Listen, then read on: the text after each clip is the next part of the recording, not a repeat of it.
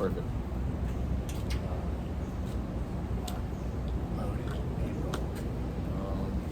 I could actually probably scoot it forward some too.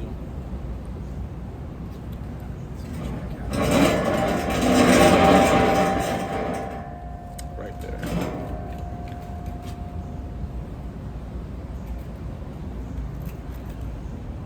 Hey gang, did y'all know the power of consciousness is the most powerful thing in the world? And if my battery and the yin to my yang's battery is at 100% in terms of consciousness, you know how exciting that is? Sure. Man, that's good. Cool. You like the angle? Alright, that looks good. Okay. All right. Well, hey, welcome back. Episode 3. Episode 3. Yes, sir. Boy. So today, I know we're being healthy. We've been talking about drinking water. We've been talking about making sure we're eating enough food. So I'm going to be eating cheese sticks. Obviously, I brought 4. Well, I can't do cheese, so. But it's all good. The energy was intentional. Yeah, and I appreciate it because. I'd love to learn more about that as well. Yeah. Why no cheese? Well, Are you allergic? I do have my water though. Dang. In a way, yeah. I grew up eating cheese, a lot of cheese, and I hit my 30s one day, and at some point in my early 30s, my body just started rejecting it. Really? Yeah. Interesting. So I mean, it sucks, man, because now I can't do lasagnas, pizza. I mean, unless it's vegan cheese. Yeah. Oh. Which there are a lot of good vegan cheese brands. Processed cheese. Yeah. Okay. So that hits for me. Okay.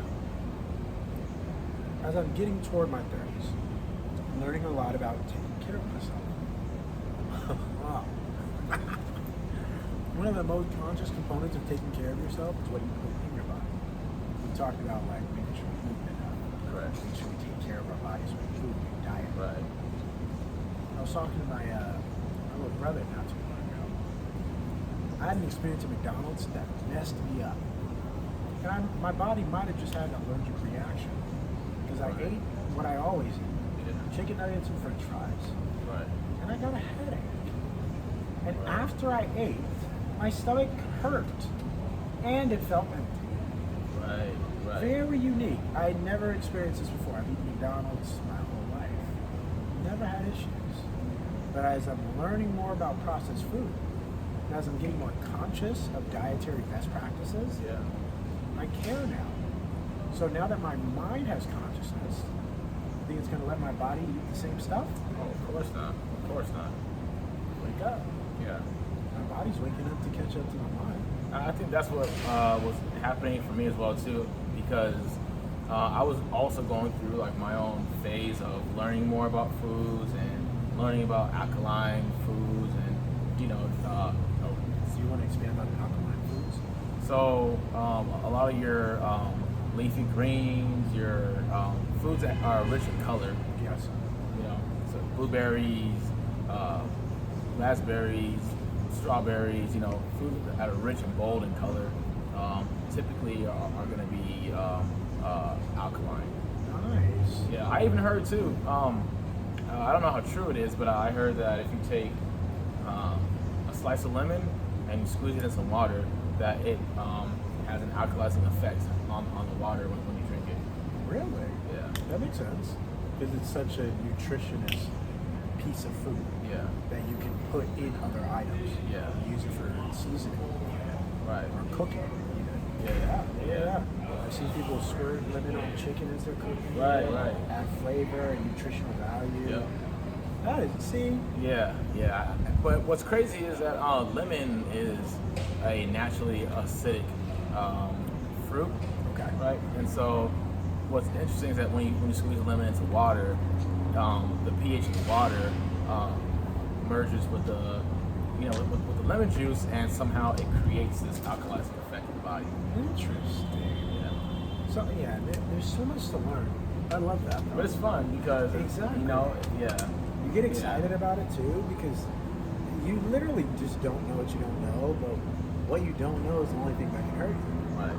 And that phrase that I always got from Mama, the biggest room in every house is the same. It's the room for improvement.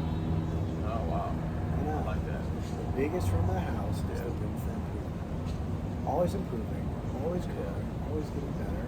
That's the human life cycle. Yeah. Hopefully. Right. Or yeah. not. Hey, that's my life cycle. I'm always about self-improvement, man. Yes. Like, I don't like being stagnant. Yes. Yes. I'm always about how can I further develop myself. Yes. In every aspect of my life, whether it be mental, physical, spiritual, especially the mental and spiritual, because it's this thing right here in between your ears that determines the trajectory of your whole life, everything that you do, and so that's why for me it's so important to always be training this. If you're not training your brain is slowing down, just like your body. If your body's not growing, it's getting weaker. You look at even mental health conditions like dementia, Alzheimer's disease. There are multiple factors that dictate whether or not you're going to get it. And the activity of your brain and the activity of your body are pretty important ones. So, to that point, for today's conversation, you'll see I brought a little book. It says Angels and Entrepreneurs. Nice. We're entrepreneurs. I believe that God is the biggest angel of them all and sends angels to watch over us. So for our conversation, I wanted to call out today's date of June 12th, 2024. I think that we're going to have a great conversation around enlightenment, around consciousness, around power, and around what you want to do with your day-to-day life to be able to be the best version of yourselves, not only today, but tomorrow. And I think that's one thing that everyone's trying to do. How do I get better today, for today and tomorrow? Hey Meta, start recording. So today we are going to have two camera angles. Our first, and now our second. Okay. And I am excited to be able to produce both. Yeah, that's really cool. That is sick, man. Like I gotta give me a pair, man. That's that's wild, bro.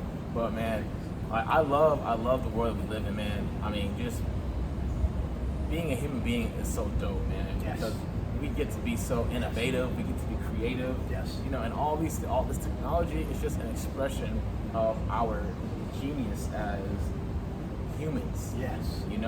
And it's beautiful, even though stuff can be used for things that aren't that great. The fact that we have the potential for great things. Yes. To do great things, to be and create great things. Yes. I love that potential that we have in life as a human being. So man, yeah. You said two things that really stuck out to me there, that I really listened to and heard. As humans, we have the ability to be and to create. I believe that to create, humans have to first understand how to be. Yeah. But to be is such a big philosophical, or even religious-based concept that so many people struggle to understand. Right. Even myself, I'm learning how to be. I remember watching a show on Netflix, and it was talking about how hard it is to sit with your own brain in silence and to quiet your thoughts. Yeah, especially in today's world, man. Especially in today's world with all this technology and all this, all these, notifications. Yeah. All of the videos. But even when these things are on silent, Yep. there's still sound happening that you can't hear because these things are buzzing and vibrating with frequencies that are Yes. connected to the satellites and the Wi-Fi. It's still noise. Yes. Yes. And that noise still has an effect on your brain, even though you don't physically feel it or hear it or even see it. It's still interacting with your brain. And that's another level that plays into our ability to focus. The frequencies? Come on. If you want to operate on a higher frequency, you have to understand how frequencies work, don't you? Yeah. Yep. You have to understand why they say be careful of how close you sleep with your phone to your head. Yeah. Get an old school alarm clock to wake you up. Don't put your phone next to your bedside. Right. I always thought it was just, fluff. Yeah. People were just saying it to say it. But now that I've begun to be intentional about learning and growing for myself, it makes sense. Radio waves. Think about how you can use sound barriers. Mm-hmm. Literally. Yeah. Like understanding sonic cannons. Like there are so many things in this world that are tied to frequency alone. Right. That are in these devices that we don't even understand. Right. We're too busy looking at all the notifications we get. Yeah. All the social media. Well, and now they got us so attached to our phones that it's second nature to just have it on you even if you don't need it. Right. Right. Or even to put it away from you. When you're sleeping, people want to have the music playing. Sometimes if you don't have a Bluetooth, you just have it next to you on your nightstand. Right. Right. And that translates into how we have, as humans, have expanded to become a little too dependent on technology. But one thing that I'm hoping we come to is where we find a balance with technology and human interaction. Yeah. I think the pandemic kind of shifted our relationship with technology versus humans, or technology with humans. I think we're like 80-20, like 70-30, 70% technology, 30% humans. Even thinking about wearable technology, how much that's grown. Thinking about home smart devices, how much that's grown. Right. We used to. I remember a time where people used to sing people to sleep. Like that was a thing. Right. Hey, mommy, sing me a song. Mommy, read me a book. Dang, that's wild. And it wasn't even that long ago either. It wasn't that long ago. Yeah, Yeah. that's the hard part. Is these things change so quickly, we don't even notice. And technology is good about the subtle shifts that get to your dopamine levels. And because that's the focal point, is getting to dopamine receptors, you're always happy with the technology. Yeah. You never question what you're doing or what the technology is doing. Right. It's challenging. Right. Because until you start having more, well, transparently, conscious spiritual connections with conscious, spiritually led people, you don't get the opportunity to think freely.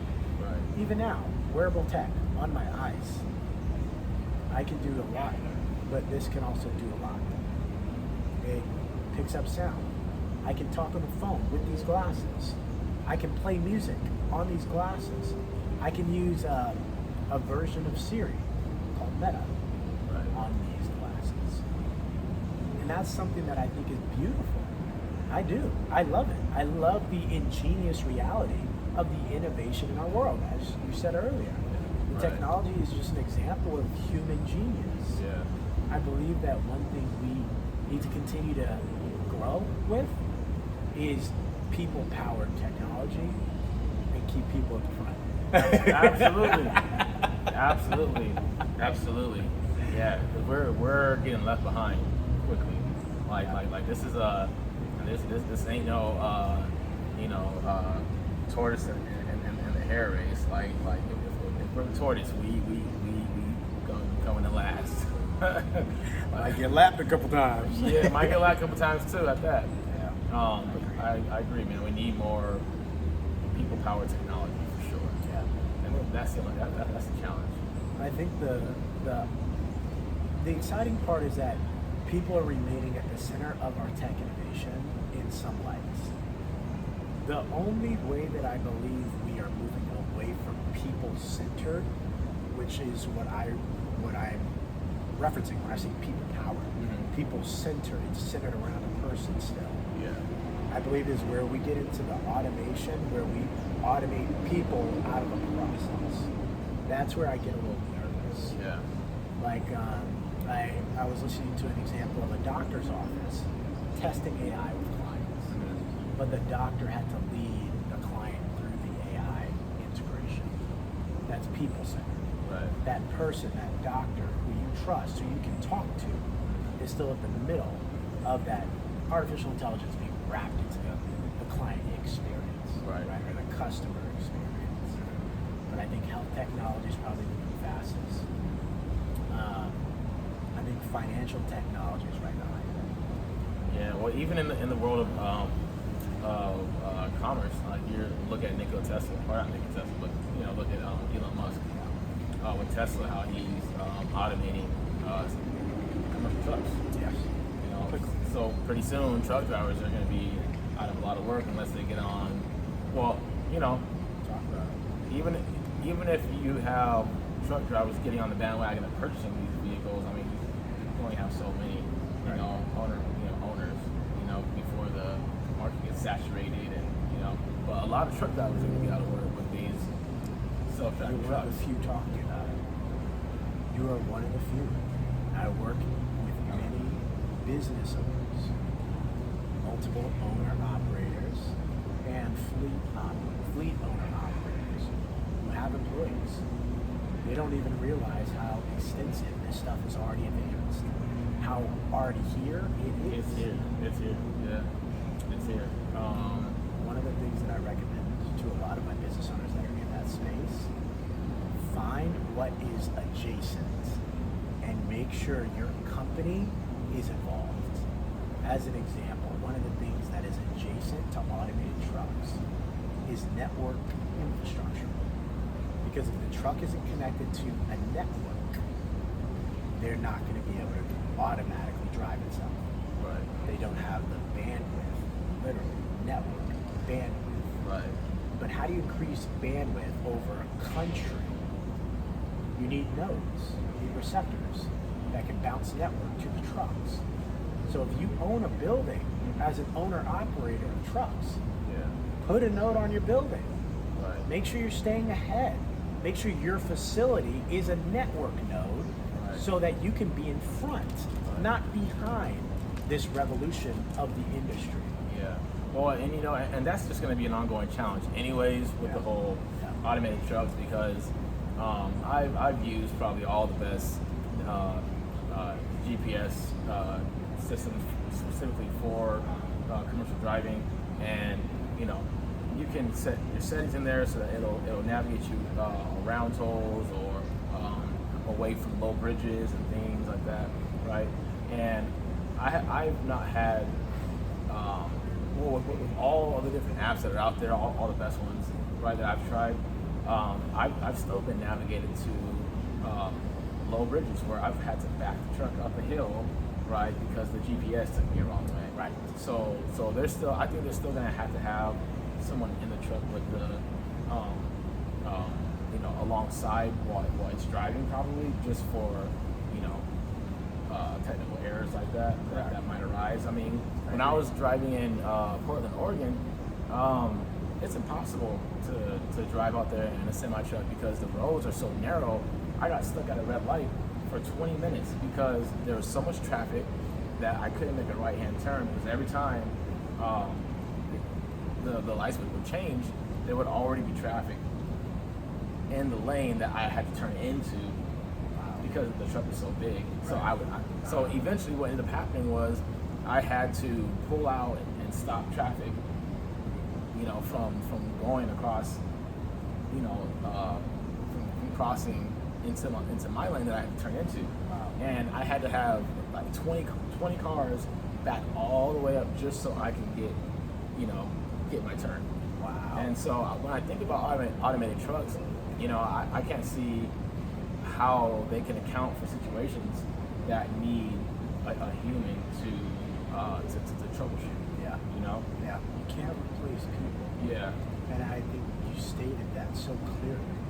But one thing that I'm continuing to advocate for is, yes, be that driver in that truck with the automated drive. Right. So now you have an AI assistant helping you drive. Yeah, exactly. That's great. Yeah. And now you have ability to, I don't know, maybe make sure the route is safer. Maybe make sure the route is more efficient.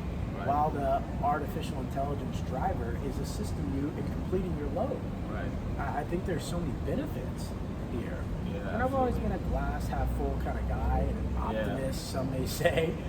But I believe that it's exciting that that's going to be a factor now. I can't see people getting replaced because it's trucking. I'm not going to really feel okay if I look at a big old bless you. If I look at a big old semi truck and I see nobody, no one, I'm calling the cops. Like, which way is that going? Because I'm not going that way. Yes. Yeah. Because if I get hit, who do I sue? Right. The company? But who's at fault? Right. The AI? Right. That doesn't feel good. And that sounds like a long, drawn out process. Right. In court. Right. Trying to figure out who's at fault. I think there's too much liability for the industry to do a very fast implementation.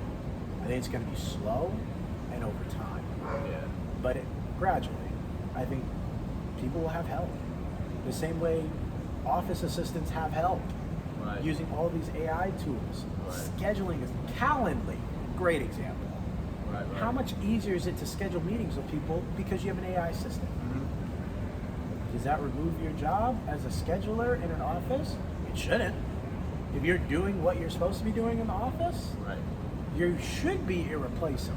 Right. You should be moving a lot faster with the AI. You should be churning, burning, and kicking booty with some AI tools. Yeah.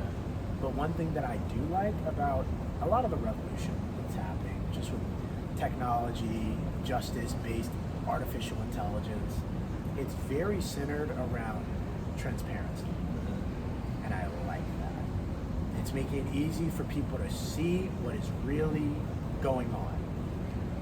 Outlook, adding Copilot, Yeah. Google Gemini, obviously ChatGPT. These systems are making it very challenging for employees to hide within the corporate structure. Right. Where are they really doing their jobs?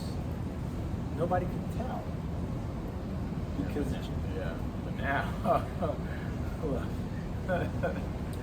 AI is coming.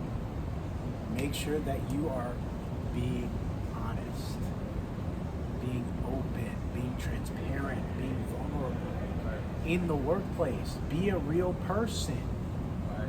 And I think that this is going to make it where you have to be a real person. You gotta show up as your most authentic self, man. Yes. Yeah. You're gonna have to, because that's the only thing that's but your authenticity is gonna be your best friend. Yeah. People power, baby. Yeah. People power. Alright. But I think it's hard as a person to showcase your power if you're not being authentic. Yeah. If you're wearing a mask, if you're hiding behind a veil of a smile, where you, I have to smile to make people happy. That's my job. Is it your job to smile and make people happy? Customer service, right? You can't be authentic with customers. Hey, how are you?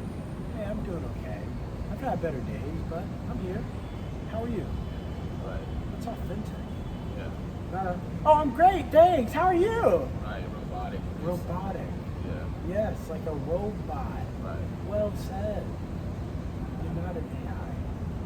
We will never be robots, and that's what makes us perfectly fit to help people.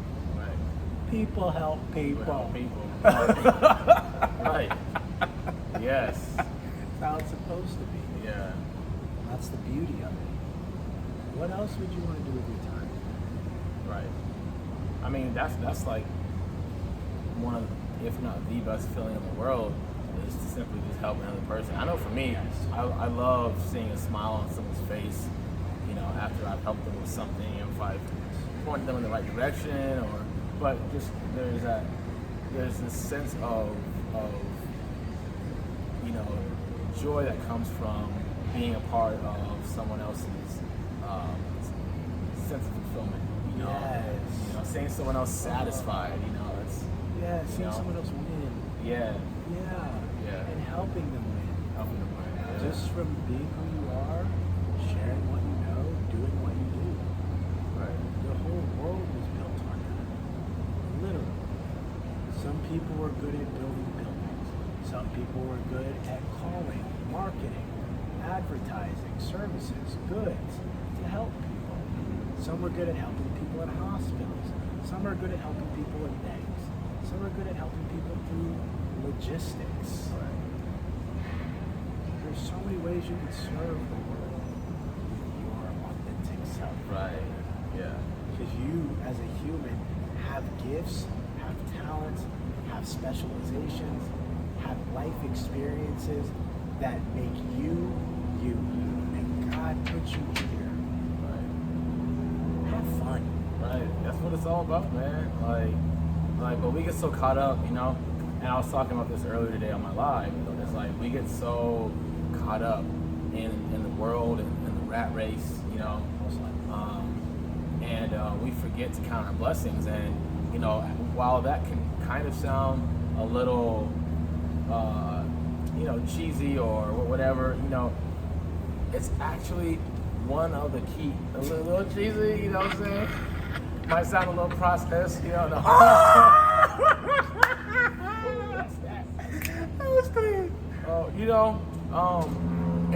I realize that is such an important element when it comes to manifesting your best life. That's literally a key towards unlocking your best life. It literally count your blessings. Count. It doesn't just have to be the big wins. It shouldn't be just the big wins. Count every little win, and it's even more powerful than just counting them. Write them down. Gotta eat those wins. Gotta eat those W's. You know what I'm saying? I like that. Write them down. How do you write down your wins? Just out of curiosity.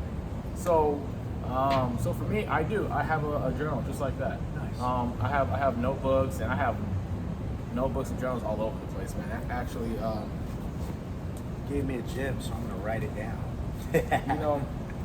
I have something big like this, and it's good to get something that you can dedicate to yourself, to write down, those wins. I like to, just even when it comes to visualizing, like your ideas and thoughts about the future, your dreams, and just it's powerful when you write it down, because then you can see it, and it doesn't take any energy or effort for you to have to think about it, because it's right here.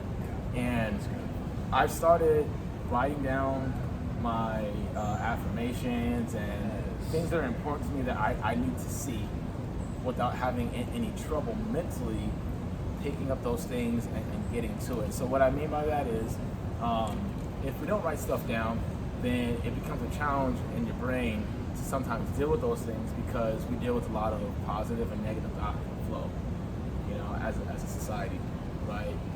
And so it's the easiest thing I found for myself that I could do is write something down, put it next to my door, so all I have to do is just get up and look at it.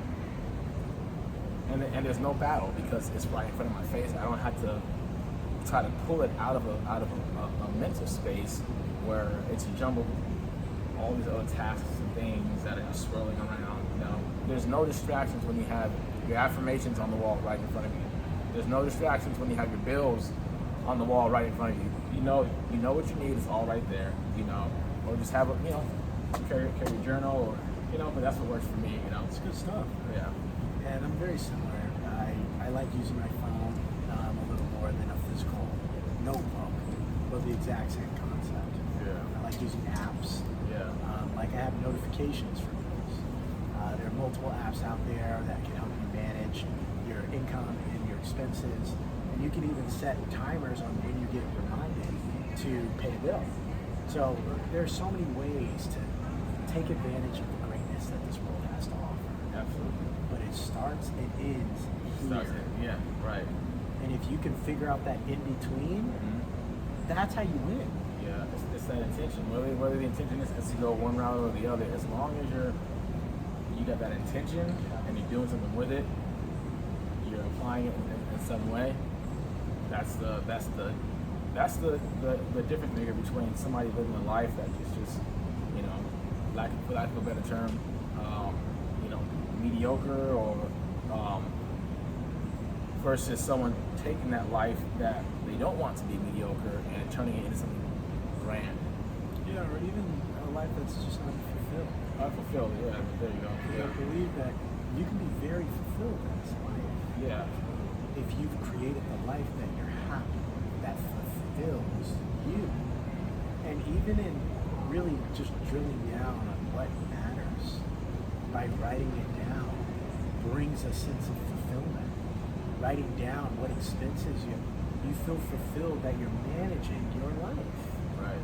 And I believe that when you have the intention of being the best version of yourself, it's 3 W's, 3 wins. Want it, work at it, and win. I like that. It's simple. Want it, work at it, and win. Want it, work at it, win. It's a 3-step formula to just making sure you create the life you want. Right. And do you want that life?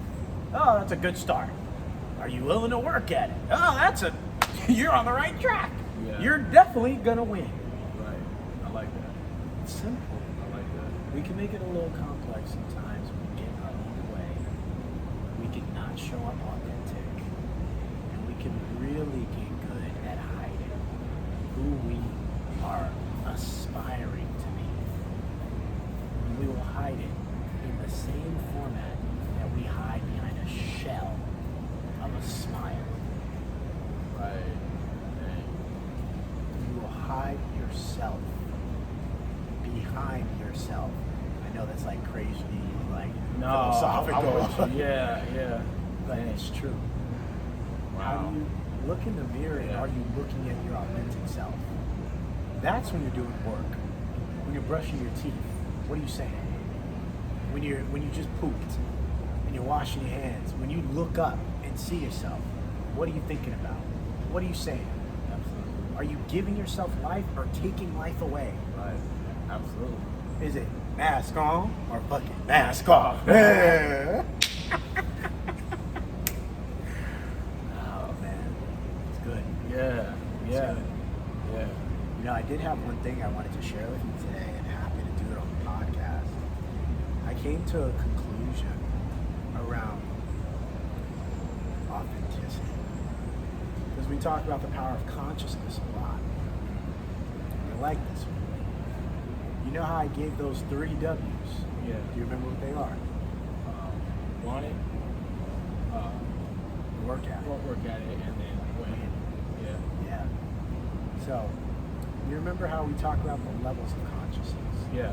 Right? As a part of our Power of Consciousness series, we'll do an episode specifically on what the levels of consciousness is, so we can really break it down for everybody to understand. But when I figured out those 3, you remember Rose, our colleague, Oh, yeah. who was very conscious and studied the science of self as well. That's where I got the 3 from. The Trinity. Mm-hmm. It's the formula for winning. God put a lot of brilliance in you, right? Right.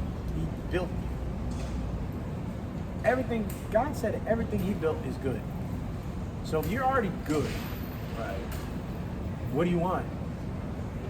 God said it's powerful. yours. That's powerful. Yeah. He said, what I built is good. I built you. What do you want?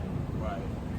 And God said, ask and you shall receive, right? Work at it. But do you do the work of discovering what you want, Right. saying what you want, and working toward getting it? The asking, and then who gives you it? You do. Right. God said, ask and you will receive because you asked. Right. So you receive. Right. Want it, work at it, win. Which is it goes back to asking, Yes. seeking, Yes. knocking. Because when you knock at that door, somebody's gonna open it. Yeah. You know what I'm saying? Oh, that's good. And that's the action. That's the seeking. You know what I'm saying? That is a great. I'm gonna put that on my wall. Want it, work at it, win. You want it, you gotta ask.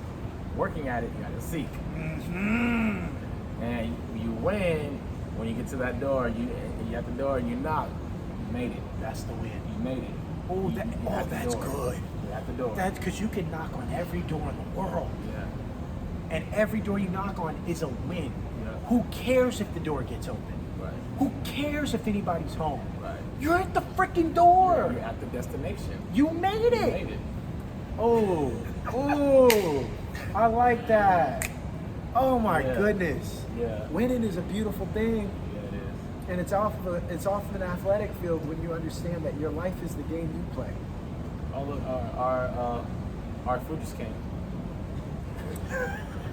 Oh, that's for us? Oh, Thank you. you're too Man, kind. We've been waiting for like a few hours now.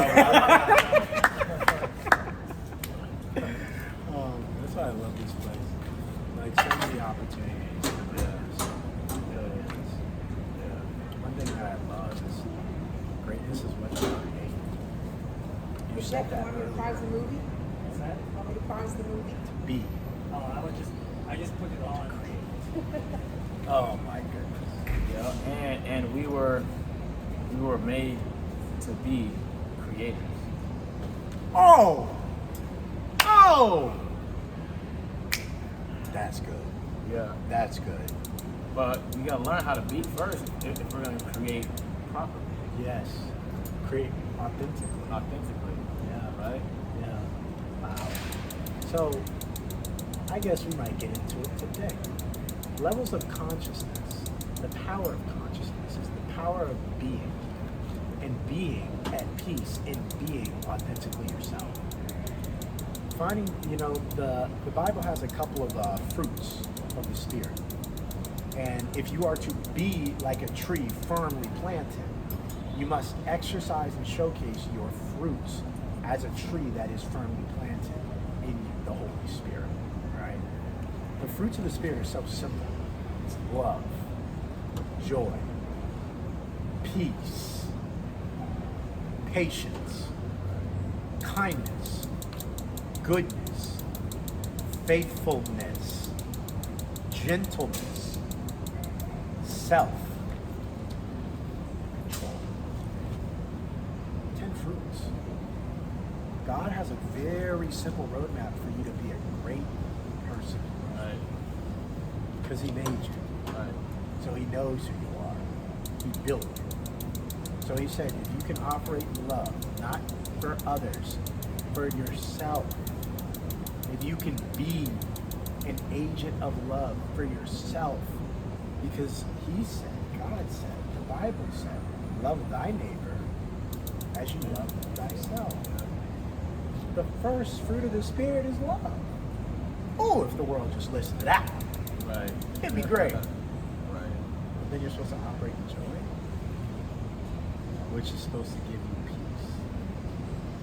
And when you find that peace, you'll learn patience. You'll be kind. You'll be good. You'll have faithfulness. Gentleness will be your spirit. You will be in tune with yourself. And you will find a level of control that is God level. Absolutely. That is dang, that is levels. You took it there. 10 levels. You just went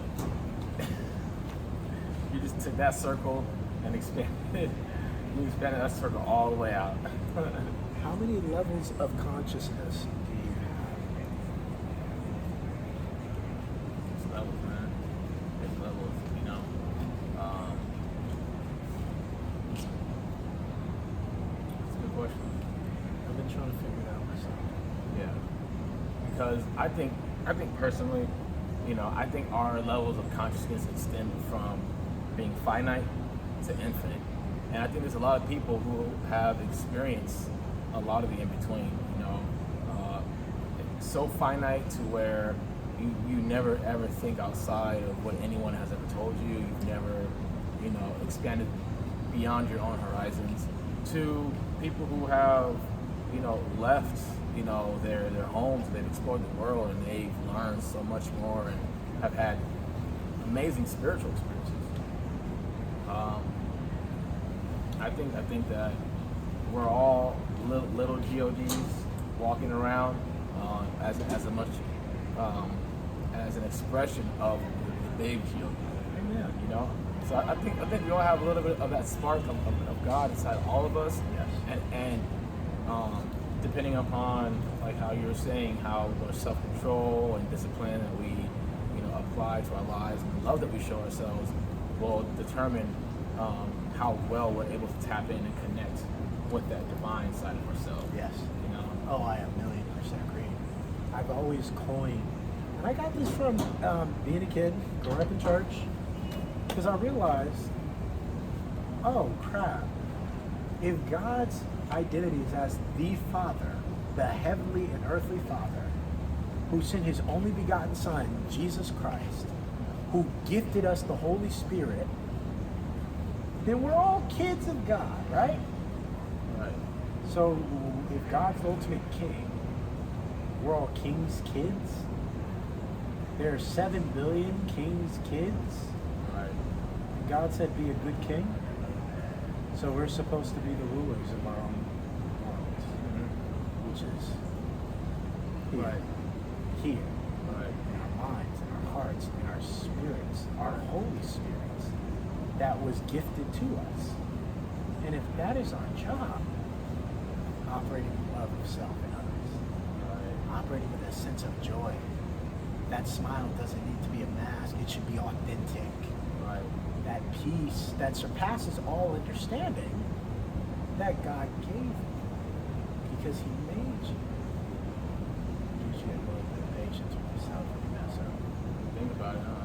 Yeah. So, look, I love, the more that I get aligned with these simple fruits of the Spirit, I'm more kind to myself, I operate with goodness, I have more faith in God, and not the religiosity faith, the spiritual faith, the one that exists inside of me. Because that faithfulness leads me to gentleness. Because God is a gentle God. And it attunes me with myself so I can have control over my mind, my heart, my spirit, and my body. Consciousness is learning yourself because God made you. And he said, everything you see, I made, and it is good. You exist in the world as royalty if you understand it. Yeah. Have fun. Right. That's what life is all about, man. Life is literally about enjoying yourself outside of eternity. You know, I like to think that God created this dimension so that we could have a much grander sense of appreciation for life as a whole. Yeah. Because they say in eternity where God dwells, everything is perfect, right? Everything is perfect, right? There's no wars, there's no mistakes, there's no learning, right? Everything, it says in the Bible that when you're with God, you shall be like God and know all things. So you know everything, right? So I like to imagine that this was created so we could have an experience of learning. Because when you're in the perfect place, I mean, no one's been there to really express it, but I think that in that place of perfection, it being here gives us such a greater appreciation for that. Yes. Yes. And for being who we are and seeing that power of who we are and who we're connected to. Yes. Expressed in this life on an incremental. Eternity is so long. So why not create a world where we get to experience time and feel life slow down a little bit? Yeah. And see the process of how things grow and are created. Right. Time is such a beautiful concept. Yeah. Because it allows you to experience eternity in fragments of time. Yes. Oh, that's well said, my friend. That is well said. So I think we are here to enjoy life. We didn't come here to work and slave our asses off and get put into a rat race and a system and all this stuff. We were literally sent here to simply enjoy life and creation. One fragmental moment at a time, because there's beauty in every step of the way, from the planting of the seed to the sprouting of the roots to the growing of the stem and watching it expand and get stronger to the sprout of the first leaf. You know, life, to experience life, right? To see the process of life. You know, eternity, everything's done. You know, I probably imagine that eternity's probably boring. You know, like You probably don't experience feelings of boredom. or that, you know. Yeah, how do feelings work in eternity? Yeah, but you know, that's how I rationalize this experience. It's like, since we have the knowledge of there being this eternity, well then what does this life mean in respect to that? You know, when you really look at your life's journey as a blessing of moments, a blessing of time well spent here on earth before you go to the next level of eternity, literally. Yeah. Because God had dominion as a ruler in heaven as it is on earth. You're an example of Christ's excellence here on earth during the course of your life. God has a plan for your life, but you have to be able to sit down for a moment. You got to be able to unplug and just thank God for the blessing of this earth, of the time He's gifted you on this planet, to spend with others and help people and love yourself and love others and experience joy, experience peace, and all the different fruits of the spiritual world and the spiritual life that God's given you. My goodness, it's a joy. It's a blast. I'm having so much fun. Yeah, it is. It really is, and that makes the biggest difference when you can start looking at life from that perspective. Because, you know, if you don't, you know, then, you know, there's so much going on in the world today, as there always has been, right? Conflicts and war, things that can bring you down. You know, if you don't focus on those good things and think about those things, you know, then it's gonna make life seem like life's not worth living. You know, well said. And that's the power of perspective. That's the power, you know. That's the difference between a person really enjoying life and getting the most out of life and manifesting their best life.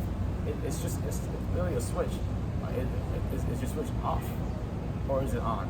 You know, is the light off and is the world just all dark to you, or is the light on? Are there possibilities because now you have more of ability to see things that you maybe once weren't able to? You know, how are you looking at the things that are right in front of you? You know, is your light switch on or is it off? You know, is it hard? Is it hard for you to see? Like, maybe just turn the light on and look at things a little differently. Right. You know? Oh, that's good. Glass half full, glass half empty. Optimism, pessimist. Right. Yeah. And one thing that I can't help but come to grips with, when you look at life as an opportunity to experience greatness, you don't want to miss out on any of it. You don't want to go dark or go pessimistic for a second. There's so much life to live, so much to experience, so many great people to meet, enjoy. And you know, I had an experience in the elevator, and I thought about it. We've always said we're like the yin to each other's yang, whatever. Yeah. You know, gang. We have some fun. We have good perspectives. Yeah, we got good. We try our best anyway. We're gonna keep doing it. I mean, why not? We're having a fun. Oh man. So there was this guy in the elevator, and I think of myself as a pretty social being. Like, I'm very like outgoing. I love people. I'm very talkative most of the time. But I was coming down the elevator, and this gentleman was getting off at 4. And as soon as he left, I was on my phone, and I realized I missed out on a potential spiritual experience by not engaging with that person. Right. Because I was just scrolling away, And I wasn't reaching out to anyone in particular. I was scrolling on social media. And I don't even remember what I was looking at because it doesn't really matter. Right. But I remember that there was a human standing right next to me. And instead of, hey, how you doing? Hey, have a good day. It was never looking up, never making eye contact, never engaging spiritually with that other life force standing in that elevator. And I was like, Chris would have been all up in this guy's grill, just chopping his ear off, like with his words, just trying to see how he's doing, giving him life, having a good time. Probably would have made a friend before the guy got off that elevator. Right? But I think sometimes when we get into that space, that mindset of going darker, I believe technology does play a role. Yeah, I can see that. Yeah. And it depends, obviously, what you're doing. But could I have looked up from my scrolling and just said hi? Yeah. Right. Now, am I going to make myself feel guilty? No.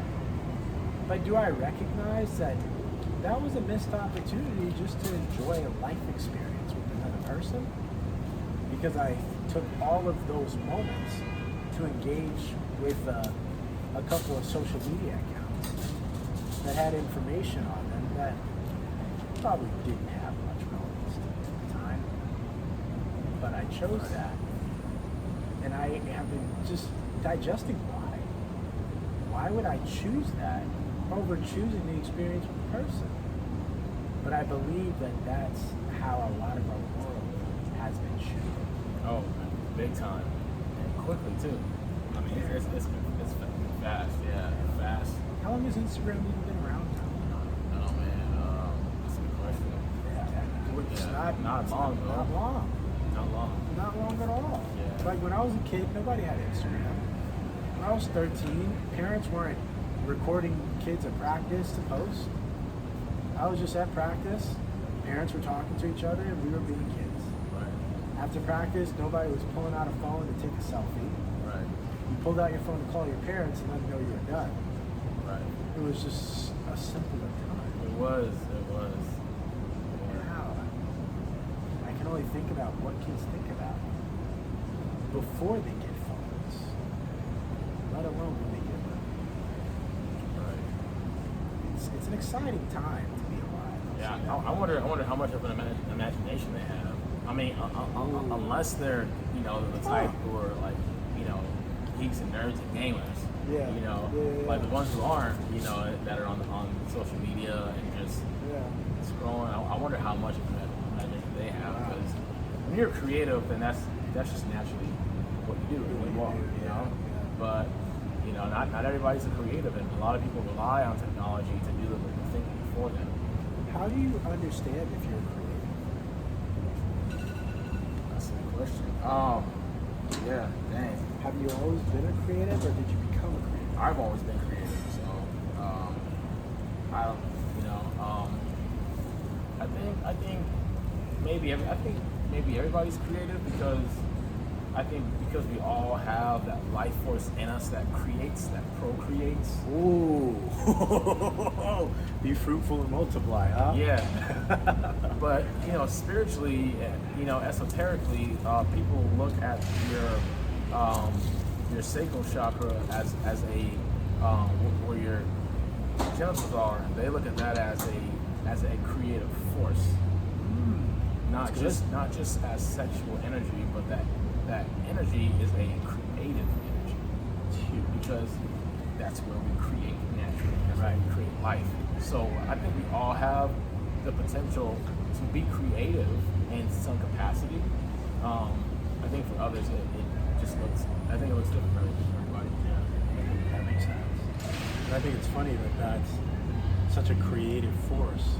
You can think about how many relationships have been created out of nothing but that creative force. Right. And how many times you engage with a person through that creative force before any other part of yourself is engaged or anything else happens. Yeah. Before you even intellectually connect, before you connect with your spirit, you connect with your creative force. Right. I agree with you. I do believe every human is born with creative force. How it's stifled or encouraged throughout their lives, I think makes the difference. Yes. Yeah. 100%. Everyone, I think everyone does have that creative potential.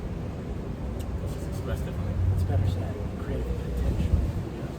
Because creative expression is same as a creative force.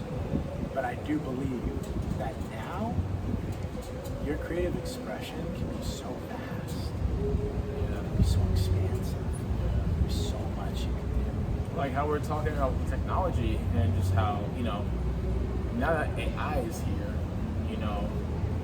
a lot of people are probably going to be using AI to do the creative process for them. Oh my God.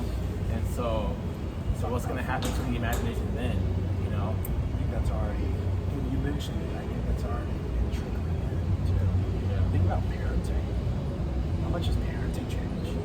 Because you can give a kid an iPad now. You used to have to give them like games, like Legos. Who's buying Legos for their kids? Right. How many kids are creating with their hands as opposed to typing, swiping, scrolling, engaging with a tablet? I remember I went to a dentist office this one time. I saw this kid with a magazine in his hand. Kid was like 2. Kid started swiping on it like it was an iPad. I was just like, that's where we are. Yeah. Even kids. Yeah. Pretty soon we're probably going to have stuff like that because like in Harry Potter, how the pictures move and the maps move, the paper maps, I could see that also becoming a new form of technology where you have animated paper, Yeah. I can see that. I can see it. Somebody will create it. Somebody's got to create it, and it's probably going to be that kid because that kid was thinking about it. Yeah, right. See, now that's a powerful point.